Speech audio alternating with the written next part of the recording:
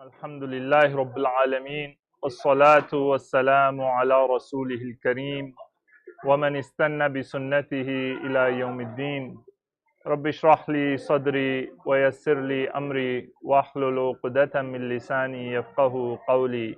Allahumma thabbitna inda al-mawti bila ilaha illallah. Ameen ya Rabbil Alameen. Assalamu alaikum wa rahmatullahi wa barakatuh. Hope everyone's doing well. Welcome back to another session of Etiquettes of Seeking Knowledge. We start off with a tip or etiquette, and that is to have knowledge learned through a teacher or sheikh.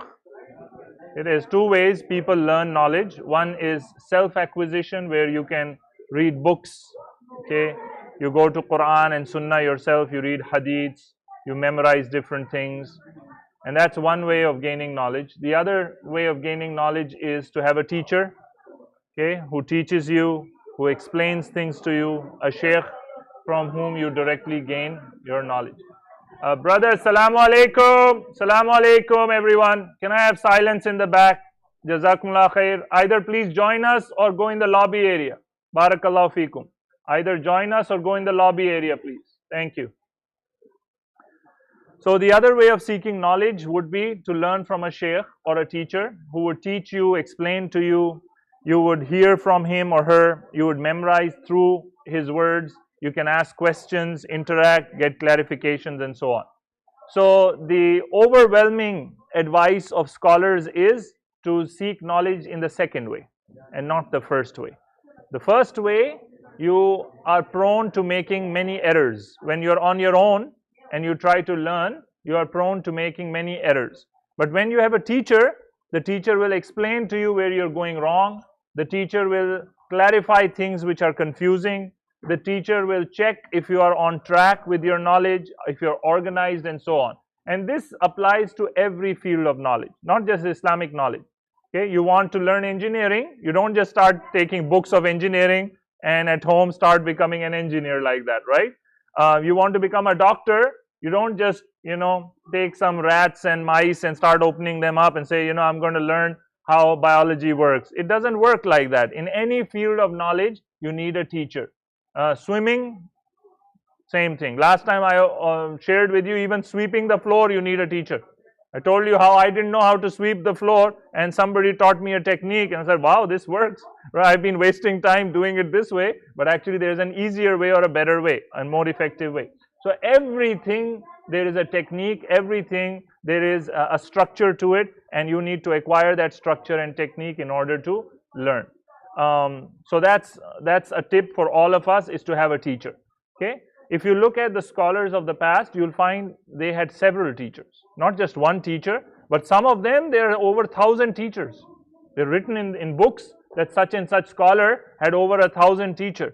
And they have the names of those teachers there. So subhanallah, how much they learn from their teachers. And of course, when you have different teachers, then you acquire different benefits. Every teacher will give you something different that other teachers cannot, because every personality is different, every person's knowledge is different, their experience is different. But at the same time, it's good to have a main teacher and then to have other teachers you seek opinions from whenever you need them. So that's an etiquette of seeking knowledge. Now we go on to the etiquettes of the seeker with his teacher. Because you're gaining knowledge, you need to behave in a certain way with your teacher, with your sheikh. There are etiquettes. Of course, these are things which we are missing these days. Since knowledge is not attained initially from the books, rather it is necessary to take from a teacher or sheikh in order to perfect the keys of knowledge with him, so as to prevent yourself from tripping and slipping. Then it is incumbent upon you to take into consideration the sheikh's status, for indeed it is the token of success, acquisition, and prosperity. So make your sheikh or teacher an object of your respect, reverence, honor, appreciation, and courtesy. So we have an example comes to my mind is Imam Malik. Imam Malik, when he became serious about learning as a youngster, he wanted to go to one of the teachers in Medina, and this teacher was very popular and very busy, and Imam Malik goes to him and he says, sorry, I don't have space for you, meaning I'm done, I cannot take new students, right? So Imam Malik now needs to be respectful, but he still wants to learn from him. Okay? So what Imam Malik would do is every time this teacher would leave his house to go for salah 5 times a day, right? He would be standing outside the door. And as soon as the teacher comes, I say, Assalamu alaikum, Shaykh, how are you doing? And the Shaykh would say, how are you doing? And they would walk together to the masjid. And Imam Malik said, every time I would walk with him to the masjid, I would ask him questions.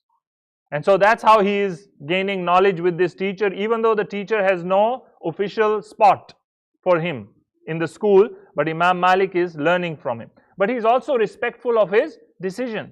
He's not bothered that, this teacher didn't take me in his school.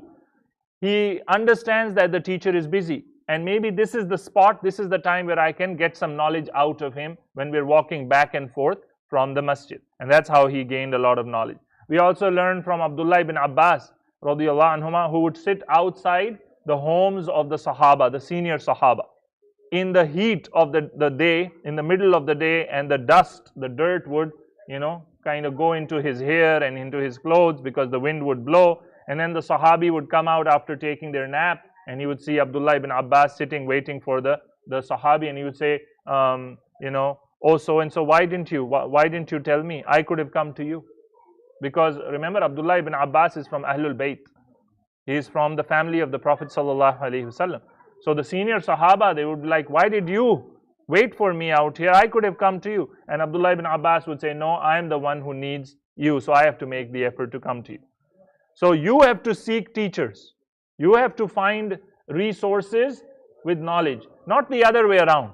Today it's the other way around. Teachers are begging students, please, I have some knowledge here. Do you want to learn? Very few people are interested in learning. In the earlier eras, it used to be the other way around, where the teachers were sought for their knowledge. The shuyukh were sought for their knowledge.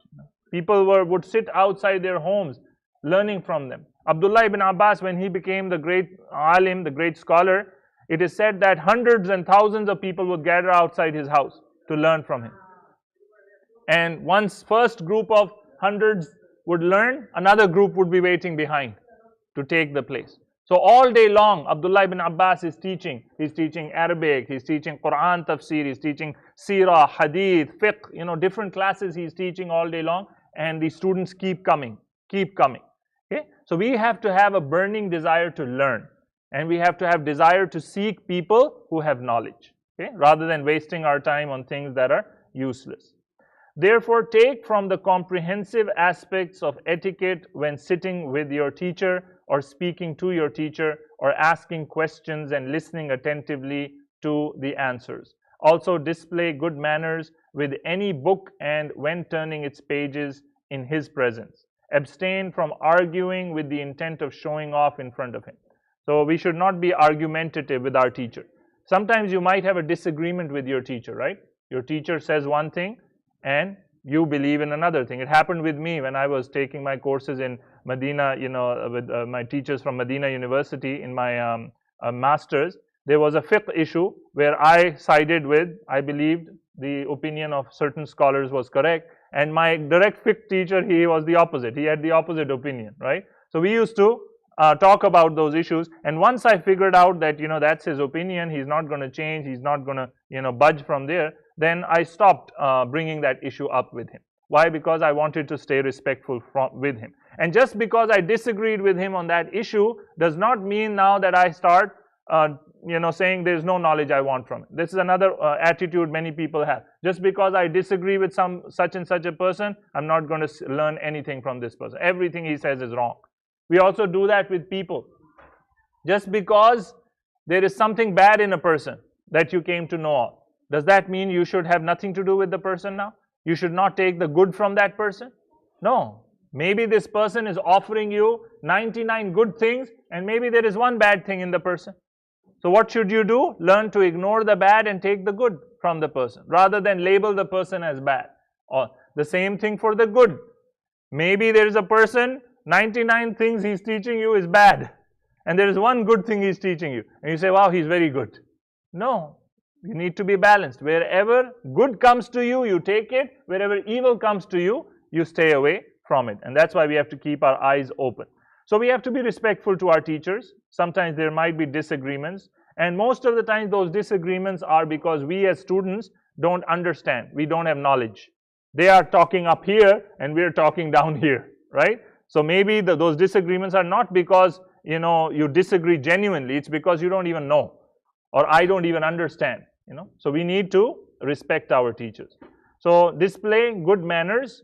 Do not talk excessively in the presence of your teacher. Do not precede your teacher in speech. Okay? So for example, in the earlier days, what used to happen with the teachers, the shuyukh, the students would come before the sheikh in the class. The students would come before the sheikh, and then the sheikh would deliver the lecture, and then the students would leave after the sheikh. Okay? So as a respect, they want to be there before the sheikh arrives, and they want to be there when the sheikh leaves, departs. So that was out of manners, that was out of etiquette. Not interrupting the teacher by asking too many unnecessary questions. So that's part of the etiquettes. A lot of times you'll find some students, they're interrupting all the time their teachers or the sheikh, right? Every time they want to ask something and interrupt the flow. Do not continually pester him or her with an answer to your question, and avoid extensive questioning, especially in the presence of an audience, for indeed this attracts self-delusion on your behalf and causes the teacher to become bored. Avoid calling the teacher by his or her name. This is part of the etiquettes of Islam. How do you address your teacher? If your teacher's name is Muhammad, you say, hey Muhammad. Is that how you address your teacher? Because in the West, that is how it is, right? Your teacher's name is Roger or whatever, you say, hey Roger. And it is okay. It is considered okay. But in the Islamic etiquettes, you never ever address your teacher with their name. You'll always say, Ya Shaykh, okay, or Ya Imam, or Ya Mufti, or whatever his title might be. You might say that. So rather you should say, Ya Shaykhi, O my teacher, O my scholar, or Ya Shaykhana, which is, O our teacher, O our scholar. So we never call our teachers by their names. Okay, this is part of the etiquettes of seeking knowledge. Okay.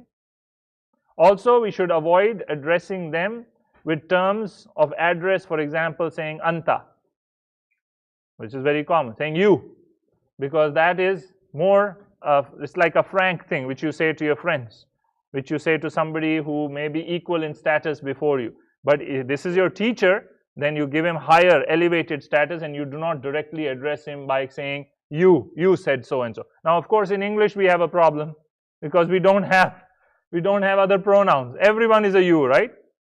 But in Arabic, you have better ways of addressing. Okay? In Arabic, when you want to address somebody with more respect, you don't say anta, say antum. You give a plural. Just like we say assalamu alaikum. Why do we say assalamu alaikum? Even though you're talking to one person, say assalamu alaikum, peace be upon you. But what is that you? That you is for plural, kum, you all. The original is what? Assalamu alaika. If you're talking to one person, you should say in Arabic assalamu alaika or assalamu alaiki. But why do we say assalamu alaikum? Because in Islam we give more respect to our brothers, to our sisters. So even though they are one, we are using the plural. So in Arabic you have choices of better words. But in English you have problems. You do not really have much choice. Consider, for example, the etiquette that Allah mentioned with the one who taught mankind all the good. Allah subhanahu wa ta'ala says, Ba'da qul a'udhu billahi minash shaitanir rajim, La taj'alu du'a ar-rasuli bainakum ka du'a'i ba'dikum ba'da. Make not the calling of the messenger among you as the call of one of you to another. When the Sahaba used to address the Prophet sallallahu alaihi wasallam, Allah is telling them what? How should you address him? How should you call him? Not like you call each other. He's not like, at that same level. He's at an elevated level. He's the best human being. He's your teacher. He's your messenger. So when you address him, it has to be with honorable titles. So the same principle would apply to anybody who is older than us. Same for our parents. You don't go and call your mom, hey Maryam, come here. You don't talk to your mom like that, right? That is disrespectful. Same thing for your dad, for your grandparents, for your uncles, for your aunts. There has to be respect in the way we call upon our elders. Teacher, of course, is right up there. Just like the parents are respected in Islam, our teacher, our sheikh, is also in that same category of respect, even higher than that, because we are seeking knowledge from them. So adhere to preserving the awe of the gathering and displaying rejoice and benefit derived from the lessons. If a mistake from the Shaykh becomes apparent to you, or a delusion on his behalf, then let that not degrade the Shaykh in your eyes, for such would be the cause of you becoming deprived from his or her knowledge, and who is safe from falling into mistakes. Is there any Shaykh who has never made mistakes? They're all human beings. Even the best of the shuyukh, you can find they made mistakes in their rulings and in their understanding of the deen and so on. Even the best ones, the top of the top, the best of the best, they have made mistakes. So we are all human beings, and they are also human beings. They are trying their best to be sincere, to teach you the right knowledge, but that doesn't mean they cannot make mistakes. So if you find a mistake in your teacher, don't make that mistake belittle the teacher in your eyes. Oh, the teacher doesn't know anything, I caught him in this mistake. Well, so what? It's okay. What about the other 99 things that he taught you which are correct? What about all that knowledge that he's giving you or she's giving you which is benefiting you? So should never belittle or put down our teacher because of their mistakes. And every teacher will make mistakes, every human being makes mistakes. Like Imam Malik, in his famous statement, he said, the only one who does not make mistake is this one in the qabr, in the grave. And he pointed to the qabr of the Prophet sallallahu alaihi wasallam. So the only one who was protected from making mistakes in religion was the Prophet sallallahu alaihi wasallam. After the Prophet, everyone has made mistakes. The best of the Sahaba made mistakes, the best of the scholars made mistakes. So we should give them the margin of being a human being. Be careful not to interact with your Shaykh or teacher in a way that irritates them. And from this is what we call the battle of the nerves. Okay, the battle of the nerves, which means to test the capacity of the Shaykh's knowledge and patience. Where you're pushing your Shaykh, where you keep asking the Shaykh questions just to see, does he know the answer of this or that? You're not trying to learn. You're just trying to push him to see how much he knows. Or maybe to try to disprove to him, or to prove that he has lack of knowledge in certain area. So then that is not learning, that is not gaining knowledge. Now you have an ego or a battle going on with your teacher. So do not make that the case. When you're learning with a teacher, ask pertinent questions, ask questions that are relevant to the topic, ask questions that are practical in nature. Like we mentioned last time also, the what if questions that we make up are not the way of knowledge. A lot of times people say, what if? What if this happens and what if that happens? Scenarios. We make hypothetical scenarios which will lead to really no benefit at all. If, however, you decide to change to another teacher, then seek the permission of the first teacher. Okay? For this is more befitting to his consequent status and more likely to preserve love and compassion in his heart for you, and so on, through the list of etiquettes that is known to be heart to every blessed and prosperous person, out of fulfillment of the Shaykh's rights through his religious fatherhood or motherhood, if it is a woman, or what is referred to in some laws as cultural suckling, and referring to it as religious fatherhood is more benefiting or befitting, and leaving the other one is more appropriate. So if you have to change your teacher, what is one of the etiquettes? Seek the permission of the previous teacher. And you will find most of the teachers are not going to stop you. If the teacher is sincere, you go to a teacher and say, I have this other teacher, I need your permission, can I switch to him? Can I go and attend his lesson? So you'll find most of the shuyukh, most of the scholars will be fine with that. There's no problem. If they are sincere with Islam, they have no problem where you seek knowledge from, as long as that source is authentic. Yes, if the teacher knows that other sheikh that you're going to has problem, then they might mention those problems to you. Don't go to him because his aqidah is wrong, or don't go to him because he exaggerates, don't go to him because we know that he makes up stuff, or whatever. In that case, yes, the teacher might stop you. But in most cases, it's okay for most teachers that you switch teachers. And it is okay to switch teachers if you want to. The only thing I say is, don't keep switching teachers because you are never able to finish the lessons with the previous teacher. Always finish your lessons with the previous teacher. Do your duroos, do the coursework, and then go to another teacher. Because as I told you earlier, a lot of times I find people who keep switching from one teacher to another, and they never really end up learning anything. They never finish any course in their life. So don't be amongst them. Any questions here?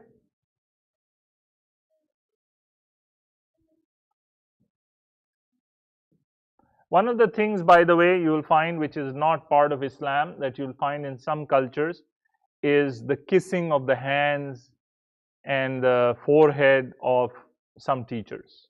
So you'll find in some cultures the student will come and they'll go first take the hand of the teacher and they'll start kissing, or they'll kiss the forehead of the teacher. That's not from Islam. That is not the way of the Prophet ﷺ or the Sahaba. I even saw one time a guy, he was almost like making sajda to one of his teachers. He almost bent like to his feet in order to get his blessings and so on. So that is not Islam, because that is going to extremes, and that is a form of innovation in religion. So be careful from that. Bowing at the time of greeting is not allowed. So it's like doing this. In some cultures they do that, like in the Asian cultures you might have seen, when they greet each other, they will kind of bow down. This kind of bowing is not allowed in Islam. This kind of bowing was allowed before Islam. Before Islam, in the previous Sharia, this kind of greeting and bowing was allowed. For example, we have in the Quran, when Allah tells the Malaika to do what to Adam alayhi salam? To bow down, right? So what kind of bowing is that? What kind of bowing was that? Where Allah is telling the angels to bow down to Adam as a respect, right? Allah is not telling angels to worship Adam alayhi salam, right? That's not what Allah is telling. So before Islam, there were two kinds of bowings or prostration. One was the bowing of worship, and the other was the bowing of respect. And it was allowed to do that. For example, we find in the story of Yusuf alayhi salam, when his brothers arrive in Egypt with their family, what do? Again, they bow down, they prostrate in front of him. That kind of prostration or bowing down is not that of worship, but rather of respect. But then when Islam came, the Prophet ﷺ forbade it, because what was happening?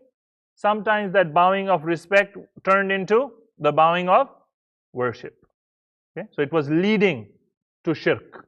And so Islam came and stopped that. Islam came and finished that. What is one of the other areas you find bowing happening? Another field, another area where we see people bow to each other. Martial arts. Right? You see karate and all these, what do they do before they start? They'll bow down like this to each other. Once again, this is not allowed in Islam. So in the Muslim martial arts, we have to come up with a different way.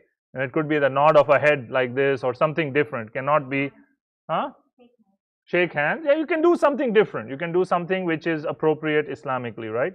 Because we are Muslims and we cannot just follow everything that comes our way. Sajda, like just actually going down? Really? What martial arts is that? I think it's part of Brazilian jiu-jitsu. I had a class. Jiu-jitsu, okay. Yeah, I took karate with my teacher, one of the non-Muslim teachers, few years ago, because with my son, he wanted to do it. And we went and told him, that this is our problem. And, so he was very understanding. He understood. And he said, even though in our tradition you have to, this is part of respecting the teacher and respecting each, because that's why they do it. They're like out of respect to each other. So what we did was we agreed, it's like when we are going to face you, we're just going to do this, like nod of the head rather than go down. And he said it was okay. So hopefully most of the places you go to, if you explain to them, they are understanding.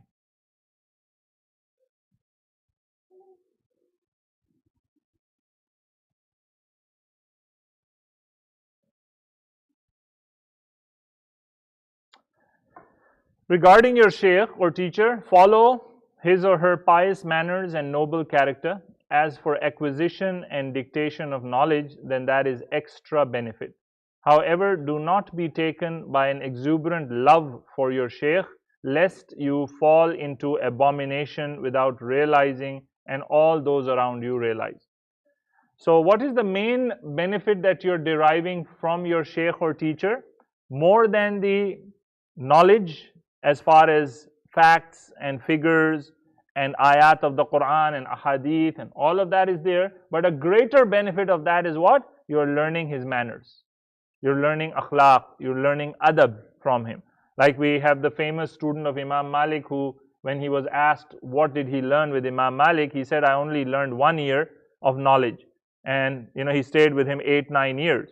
So they was asked, what did you learn in all those other years? And he said, I learned from him adab, manners, how to sit, how to talk, how to eat, how to dress, how to speak to a woman, how to speak to an elderly person, how to deal with children, how to deal with parents. That's what he was learning. And that's why the advantage of having a sheikh. When you just read a book, can the book teach you manners? No, the book will give you information that you can learn. But the book is not an example. The book is not going to come out and show you how things are done. That's why in Islam we had the Prophet ﷺ who was our example. Allah could have just sent the Quran, right? Why did Allah send the Nabi with the Quran? So that we could learn manners, so that we could learn how that Quran is practiced in real life. He becomes an example. Similarly, your teacher is an example for you. And that's why if you are a teacher, don't just think of yourself as somebody who teaches information. No, you have a bigger job. Your job is to inspire your students by being a role model, by being a good example, by providing a good character in front of them so that they can emulate you and copy you. So always think of yourself, am I somebody who is worth emulating? If you're a teacher, if you're teaching somebody anything, whether it is your own children at home or you're teaching at a school or wherever you are, if you're a teacher, then more than the knowledge you are giving them, you have to be that character for them to feel attracted to and follow and emulate. Also, we learn that one should not fall in so much love of the shaykh that one goes to extremes. This also we see this phenomenon in the madhabs. The 4 madhabs that we have, Hanafi, Shafi'i, Maliki, and so on, Hanbali. That is one of the things we see. The followers are so passionate about following their shuyukh and their books and their madhab that they are willing to fight for them.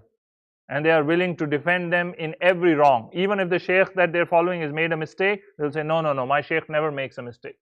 So they have basically elevated their shuyukh to the status of anbiya, which they are not. We know that these were not anbiya. These were scholars of human beings. Like the Prophet ﷺ warned the Muslims and he said, do not praise me to the point where you start doing with me what the followers of Isa ﷺ did with him. They made him into God, right? The followers of Jesus, what did they do? They kept praising him until he became God or Son of God. You will find some of the anashid that we sing about the Prophet. They have some elements of that too. Some of the songs that people sing about the Prophet, they have shirk in them. For example, I heard some song saying, oh, the Noor of the unseen. They're talking about Prophet Muhammad, peace be upon him, and they're addressing him saying, oh, the Noor of the unseen. Who's the Noor of the unseen? Allah subhanahu wa ta'ala. Noor of ghaib is Allah subhanahu wa ta'ala. The Prophet is not Allah. Oh, the first one and the last one. That's Allah. Okay? Oh, the knower of the secrets of the heart. That is Allah. Oh, the controller of destinies. That is Allah. So we should be very careful when we praise the Prophet ﷺ. We should not go to extremes. And especially when it comes to our teachers, our scholars, we should be. The same phenomenon I found some people have about political leaders. Some people, they love their political leaders so much that they made them like prophets. They're like, oh, they never make mistakes. They are mistake-free, error-free, right? They can never make a wrong decision. And I'm going to follow them blindly. So people follow certain people blindly and they praise them and overpraise them until they fall into kufr and shirk regarding these people. And this is from shaitan. So be careful. While we love our teachers, we should always recognize that they are human beings, that they can make mistakes, that they are not above questioning. Any questions on that? Our love for our teachers? The next etiquette is the sheikh's enthusiasm in his lessons. When the teacher teaches, then there is enthusiasm in the lessons. This is dependent upon the seeker's capacity to listen, the frame of mind, and how much the seeker becomes emotionally involved with his shaykh in his lesson. So where does enthusiasm come from? When you are sitting with a shaykh and learning from a teacher, enthusiasm comes from how motivated you are to learn. That's where you will find enthusiasm. How valuable is that lesson to you in your life? How valuable is the content that is being taught? How valuable is spending that time with that teacher? Is it valuable to you, or is it just one of the, time spending? I'm just spending another hour. I'm just spending another half an hour. How valuable is it? Because when something becomes more valuable to you, you become more motivated to work hard and you find enthusiasm in you. Okay? I gave example before. If I ask you to start digging the earth, 1 hour of hard labor. You have to dig and dig in the sun, in the heat, and it's hard labor. And I tell you, after you dig for 1 hour in this spot, you'll get 1 quarter. 1 quarter, you can get that quarter. So what will be the response of most of us? 1 hour of hard labor and you get 1 quarter. Most of us will say what? Brother, I don't need, why don't you do it? I'm very generous. You take that quarter, brother. I don't need that quarter. We're not willing to work hard to get that quarter. But if I change the equation and say 1 hour of hard labor and $1 million, just have to dig for 1 hour of hard labor and you get $1 million. How many of us would refuse that offer? All of us would work hard to get to that $1 million. We don't care about the sun. We don't care about the hard work. We don't care about the sweat. We want to get to that 1 million. So this, what does that show? That the value of something will determine your motivation. If something is valuable to you, you'll be really motivated. You want to do it. But if something is not valuable to you, then, you're not willing to put in effort for it. You're not willing to put in the hard yards. So it depends on how you see the lesson, how you see the teacher, how you see the book that you're reading, how you see the inspiration. Are you inspired or not? Do you feel inspired or motivated? Do you feel it is something worth working hard for? For this reason, beware of becoming a tool for cutting off his knowledge by being lazy, by being slack or slouching and allowing the mind to wander during the lesson. This is the case with many students. Even at Jummah, I see, I am giving the Jummah khutbah and I can see a brother in the corner sleeping, snoozing. In Jummah time, somebody is snoozing. Or there is a brother behind the wall playing with his phone. Right? Playing with the phone. They have no interest in the khutbah. They have no interest in the salah. They don't have any value for what they have come. They're there. They made the effort to be there. But other than that, they have no value for what is being offered to them. So really, it depends on what the value is. Do you feel it is valuable? It is something which is priceless. It's something that you need. Or you feel it is, it is worthless. I'm just here for the fun of it being there. Al-Khatib al-Baghdadi, rahimahullah, he said, the right of benefit should go to its zealous wanter and not presented except to the person interested in it. So if the muhaddith sees slackness from the listener, then let him become silent. For some of the people of culture said, the enthusiasm of the speaker depends upon the capacity of the listener. He then narrated through his chain of narrators to Zayd ibn Wahab that he said, Abdullah ibn Mas'ud radiyallahu anhu said, narrate the hadith to the audience as long as they glance at you with their eyes, and if you see slackness from them, then halt. So that was the advice of Abdullah ibn Mas'ud for the teachers, saying, if you're offering hadith, hadith is so valuable, right? The words of the Prophet sallallahu alaihi wasallam. If you're teaching this hadith to the students, and you see the people are giving you eye contact, they're enthusiastic to learn, they're happy to learn, then you offer it. But if you feel they're not giving you eye contact, they're slackening, they're lazy, then stop it, because they don't deserve it. They don't deserve. So you have to be deserving of knowledge. Allah will only give you knowledge if you have the heart for it. If your heart is in the wrong place and you're sitting in a class, that's of no benefit to you. You could sit in Jummah and your heart is in your video game, right? Then it's no use you sitting in the masjid, because you are not deserving of that knowledge. So we all have to become deserving of seeking knowledge by looking at our niyyah, our intention. What is our intention when we come to the masjid? What is our intention when we come for salah? We all pray, but a lot of us, we go in salah and we come out of salah with no benefit. No benefit happens. Even though salah is supposed to change us every time. Every time we go into salah and come out of it, our heart should become humble and softer and closer to Allah subhanahu wa ta'ala. But if that is not happening, you keep praying day in and day out and your heart is not getting soft, that means you are going in salah for the wrong reason. Or you don't even have a reason.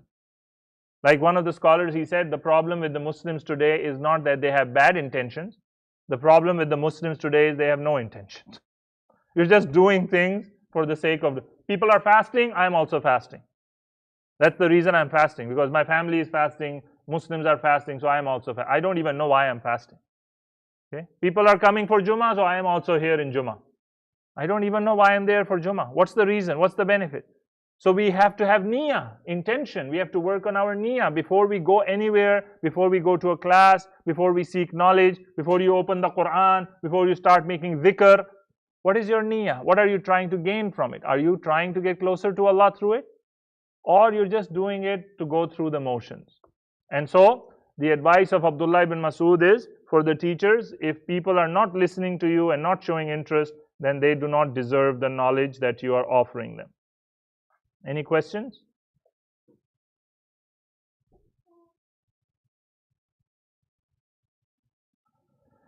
Also understand that this differs from one sheikh to another and it has etiquette and a condition, meaning writing what the sheikh says during the lesson or revision. So taking notes, I mentioned that many times, taking notes is part of the etiquettes of seeking knowledge.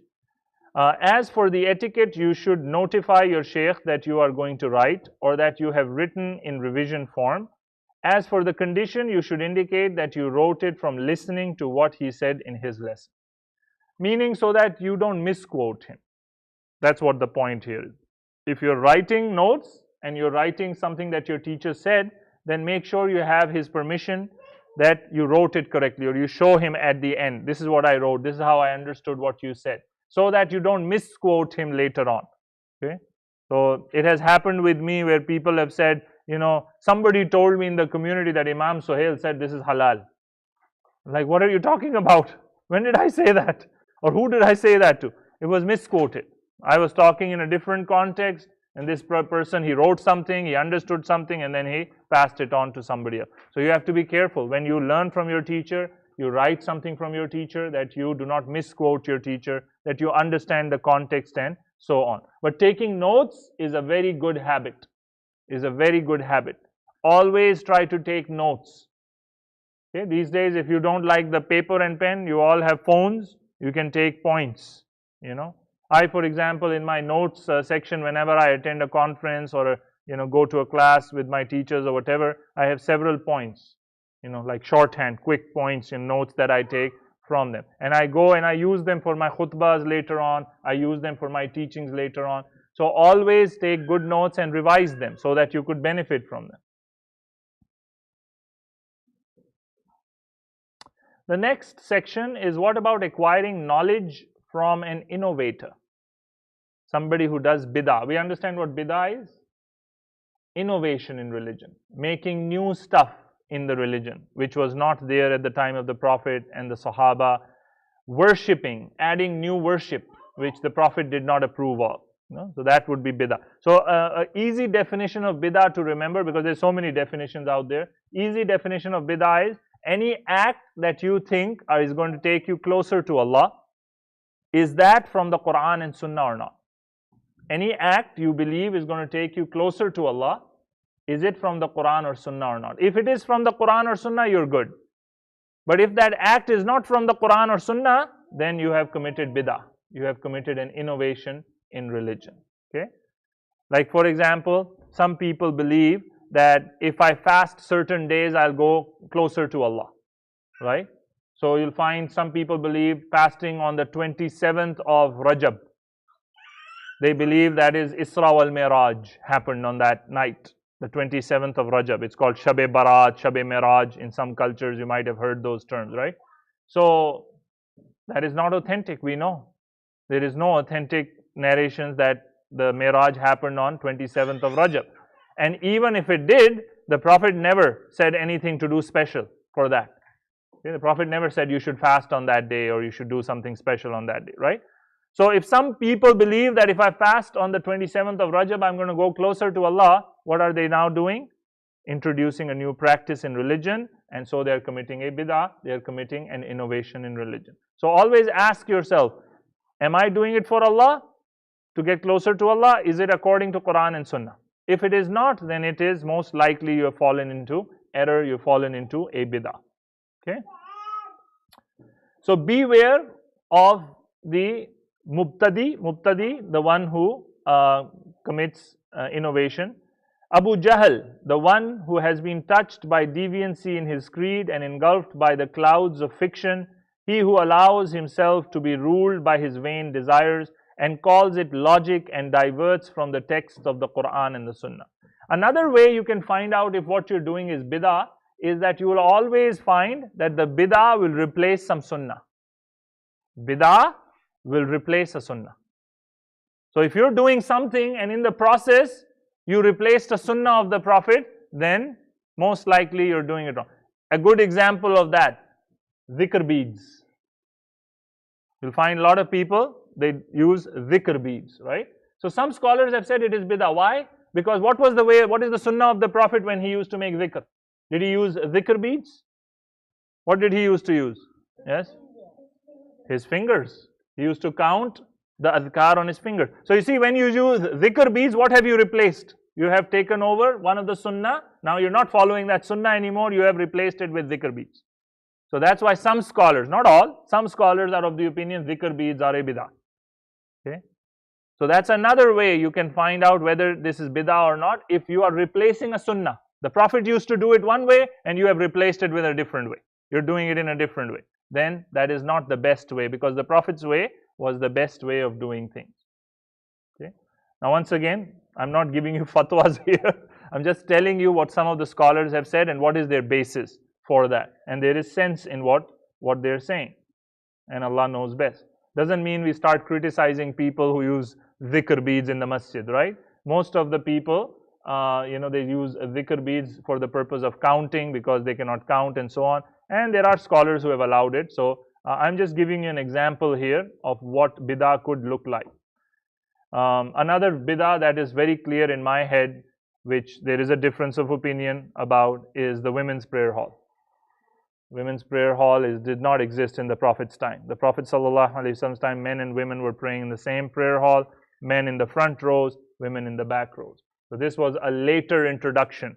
Okay? Because in my understanding, the position of prayer in salah in the masjid is ibadah. You cannot change it. You cannot mess around with those positions. Can you say men in the back and women in the front? No. You cannot do it. Because the Prophet said men in the front, women in the back. Okay? So where you stand in salah is from Allah and His Messenger. You cannot choose. Men and women, we don't have choice of where we stand in salah. Okay? When there's two people, how do you stand? The Imam stands, and where does the follower stand? On his right side. Can we change it? Say, why doesn't he stand right behind him? Two people praying, Imam in front and the man in the back, just like we pray regular prayers. You cannot do that. Why? Because you don't have a choice on how the positioning will be. It's from Allah and His Messenger. So the same thing for where women need to be praying in the masjid. You don't have a choice. I don't have a choice. You have to follow the way of Allah and His Messenger. That's why some scholars believe that this is also a bid'ah. The women's prayer halls that we see in different masajid, this is not from Allah and His Messenger.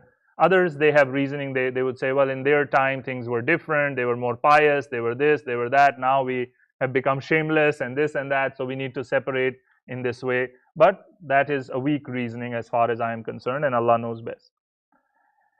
After all, where is logic to be found except in the text of the Quran and the Sunnah? He also holds fast to weak hadiths and distances himself from the authentic hadith. So we should be careful from such a shaykh, from such a teacher, who follows bid'ah, who follows weak hadiths, stays away from authentic narrations, their aqidah is problematic and so on. We should be careful on whom we take as our teachers. They're also referred to as Ahlul Shubuhat, dubious people. Why? Because they're always in doubt. And Ahlul Ahwa, which means people follow vain desires in their religion, And for this reason, Ibn al-Mubarak rahimahullah used to call them al-Asaghir, the small ones. The people of Bid'ah, they were called as the little ones, meaning belittled ones, because they are away from Allah and His Messenger. Imam al-Dhahabi rahimahullah said, if you see the innovative mutakallim, meaning the one who is engulfed in Ahlul Kalam. You guys know what Ahlul Kalam is? Ahlul Kalam? Anyone read about Ahlul Kalam? Philosophy.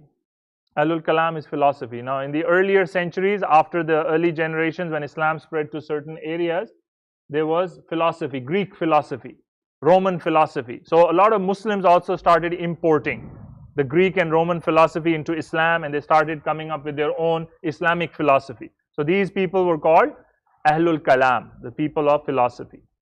So, if you see the innovative mutakallim, people of philosophy saying, leave out the Quran and Sunnah and bring forth logic, then know that this person is an Abu Jahl. Like Abu Jahl, is somebody who is cursed. And if you see the one on the spiritual path who claims that by practicing a set of prescribed forms of innovated worship, he will attain oneness with Allah, saying, leave us from knowledge that which is transmitted, that is the Quran and Sunnah, and bring forth the taste and ecstasy of passion, then know that this is a shaitan become manifest in a human form, or has become incarnate within him. So if you become cowardly, then run away from him, otherwise wrestle him down and sit on his chest with your knee and read the Ayat al-Kursi and get rid of him. So what is this philosophy that we're talking about? So one is the logic philosophy. That logic is number one, Quran and Sunnah is number two. That is not the way of the Prophet and the early generations. In Islam, how do we understand things? Quran and Sunnah is number one, and logic comes under it. We try to understand Quran and Sunnah through the logic, but if we cannot make sense of things, doesn't mean those things are wrong. What it means is our logic might be wrong. What it means is our logic has limitations. What it means is the human brain has limitations. The intellect has limitations. So we always make Quran and Sunnah number one. So that's one. The other one are people who say, leave Quran and Sunnah and let's go by these feelings that we have based on certain practices. Okay? So, for example, the philosophy of Wahdatul Wujud. You guys have heard about this? Wahdatul Wujud philosophy. Wahdatul Wujud means that Allah is one with His creation. So it's a redefinition of Tawheed. What do we understand by Tawheed? That Allah is above and beyond, He's unique, He's not like His creation, right? He's unique, one. That's what we mean by Tawheed. Allah is unique. He's not like human beings, He's not like animals, He's not like, no, Allah is unique. But these people who came later on within the Ummah, they said, no, what Tawheed means is Allah is one with His creation. Meaning Allah and us are one. That is Tawheed. That's how they redefine Tawheed. So you see, once again, this is not from Quran and Sunnah, this is from your own understanding, your logic, thing that you have made up. So be careful with such people who make up things without Quran and Sunnah. Because they might sound beautiful. It sounds very beautiful. Wow, Allah and us are one? That sounds amazing, right? A lot of non-Muslims get attracted to this philosophy.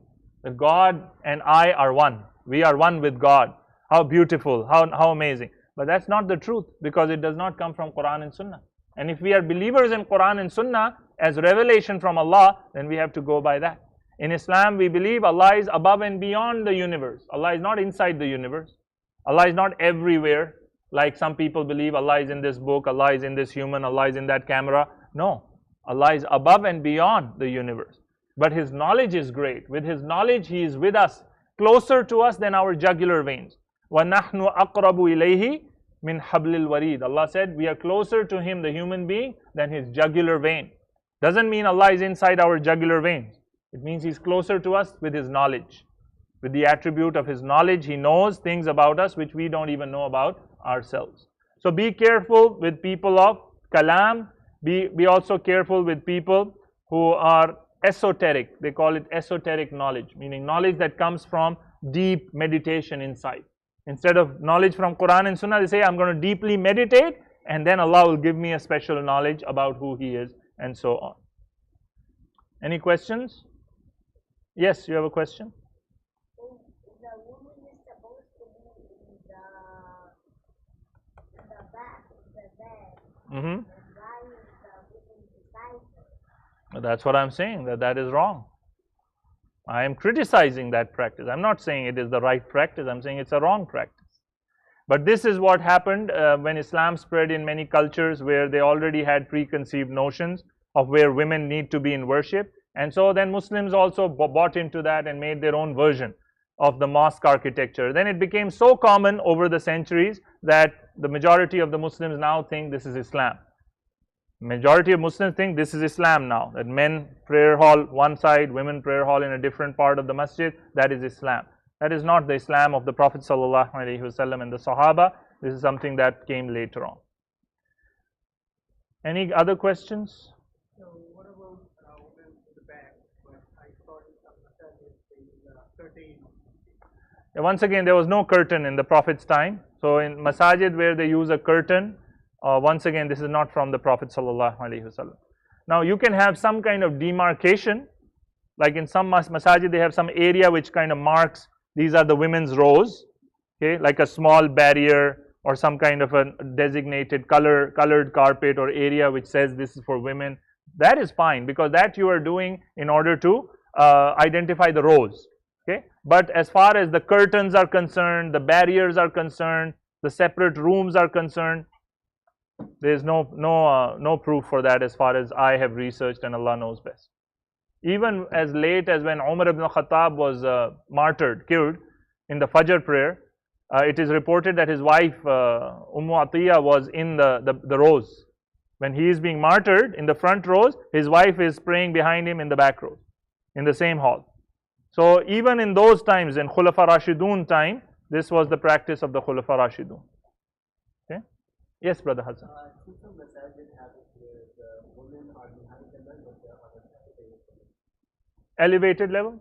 I don't see a problem with that, because that could be due to a reason, right? I know the masjid in Morgantown, it was like a small masjid. So for them to kind of have the same level for men and women would have been very difficult, especially for Jummah and stuff.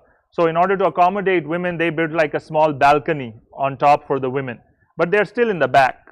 Their positioning has not changed. So I feel that that is appropriate if that is the reason. If the reason is space, or you don't have enough space for everybody and so on, so you make a second level which is in the back side, I don't see a problem with that. Allahu Akbar. Allah knows best. As I said, this is a controversial topic. You'll find opinions on both sides. You'll find scholars on both sides, and we should be respectful of this. The prayer house in the back is much better than side by side, right? And compared to. Yes, yes, I feel so. Either with the curtain, and curtain we should not have. Yeah, it's still better than what we have. Yeah, of course. I believe that, and Allah knows best. Okay. Any questions here? We can stop here. We're almost out of time. Any final questions or comments? Yes, brother? When we go back to the calling upon the Shia, are we able to call upon the Shia, but the same Shia, for example, now? Yes. Is that something that's respectful?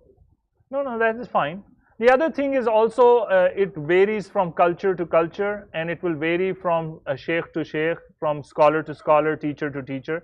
If you have an understanding with a teacher, and the teacher himself says to you, please call me by this, I feel better or I feel more respected, then of course you use that.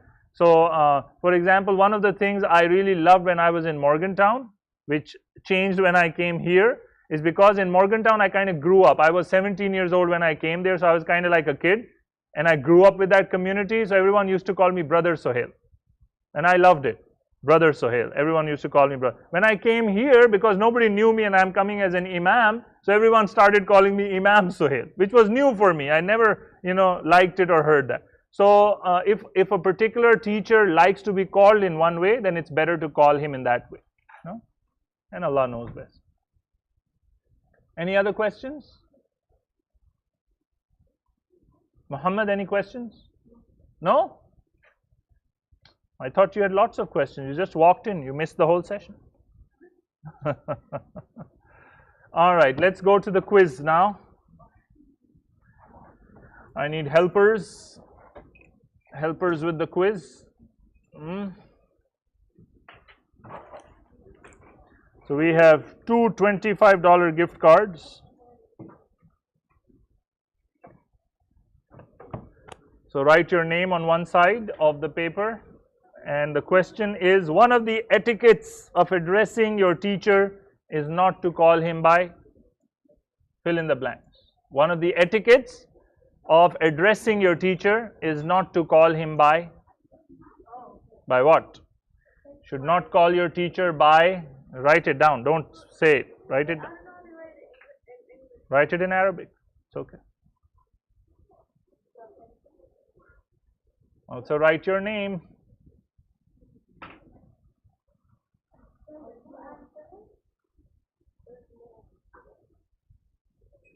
Jazakumullah khair. Thank you. Oops. Thank you.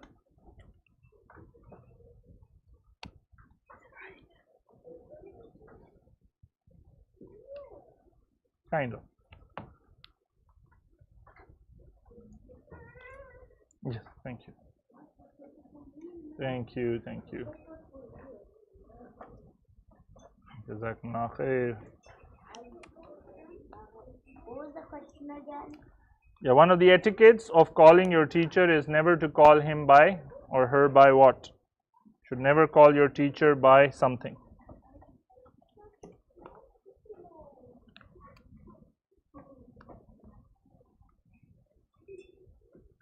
So we will have one winner online and one winner from those who are present.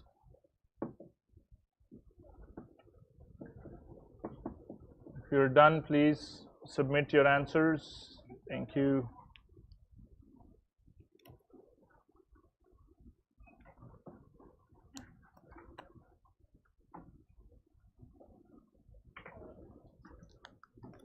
Thank you.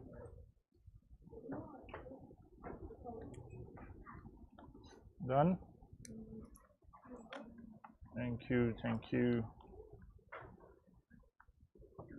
All right. These are empty? Okay, thank you.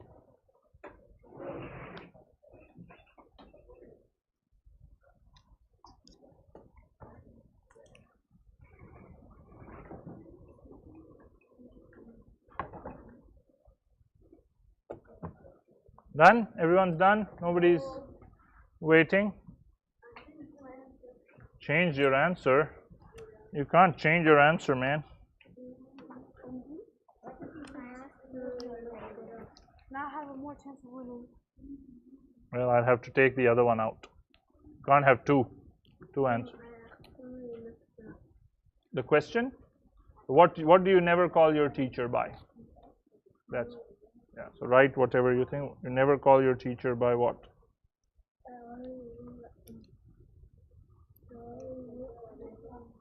Okay, write it down. Done? Good? Everyone's done?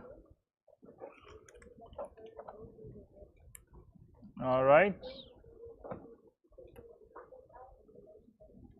Anyone who didn't participate? Didn't know the answer? Everyone did? Okay. So, which one? Left, right, center? Left?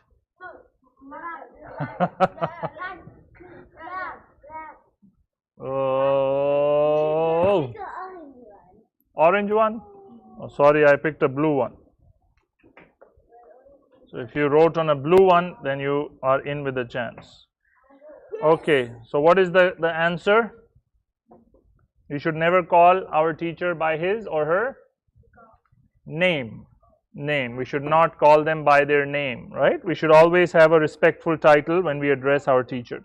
The winners are from online Sidra Migani and from those present Yahya Hassan. Who is Yahya Hassan? Yahya. Okay, congratulations to both of you. That's all for tonight. Inshallah, we'll continue with more next time. Subhanakallahumma wa bihamdik. Ashhadu an la ilaha illa ant. Nastaghfiruka wa natubu ilayk. Yahya, I need your email address. If you could give me your emails, we can send you your gift card. Oh, okay. I didn't know. MashaAllah. What? Why you, brother? Why should I send it to you? Are you planning on taking his gift card? Just because you're older than him, you want to like get his gift card? Allah. Okay, what's the email?